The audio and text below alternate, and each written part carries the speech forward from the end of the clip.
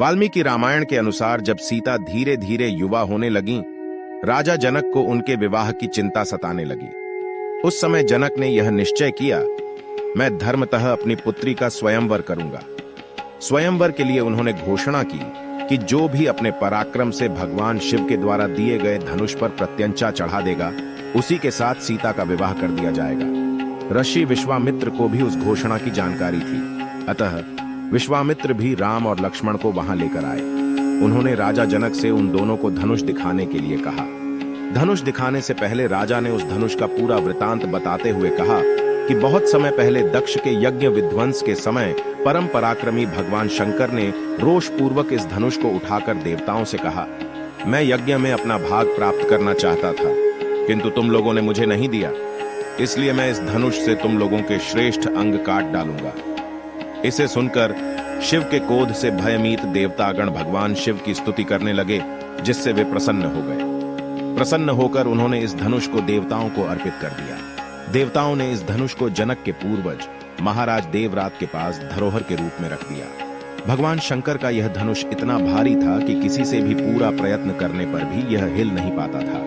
भूमंडल के नरेश स्वप्न में भी उसे उठा सकने में असमर्थ थे।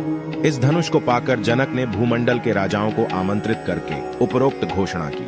बहुत से पराक्रमी राजा आए और उन्होंने उसे उठाने का बहुत यत्न किया, लेकिन कोई भी उसे उठाने अथवा हिलाने में समर्थ न हो सका।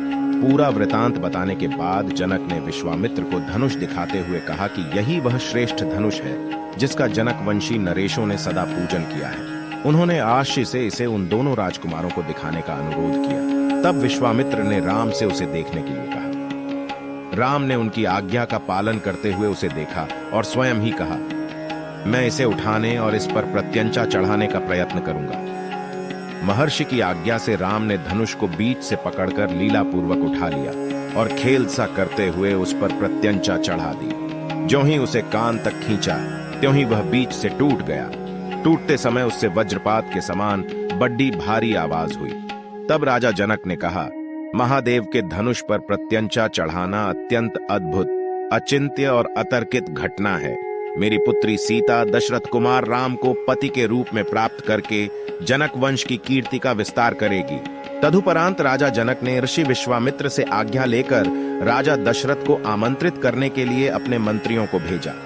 राजा दशरथ के आ जाने पर जनक द्वारा उनका स्वागत सत्कार किया गया और फिर बड़ी प्रसन्नता से अपनी दोनों पुत्रियों सीता को राम के लिए और उर्मिला को लक्ष्मण के लिए समर्पित करने की बात कही। उसके बाद वशिष्ठ सहित विश्वामित्र ने भरत और शत्रुघ्न के लिए क्रमशः मांडवी और श्रुतकीर्ति का वर्ण करने के लिए कहा।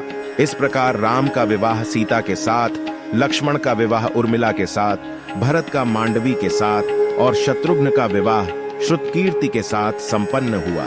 चारों पुत्रों का विवाह संपन्न हो जाने पर राजा दशरथ ने विदेहराज मिथिला नरेश से अनुमति लेकर अपनी राजधानी अयोध्या के लिए प्रस्थान किया।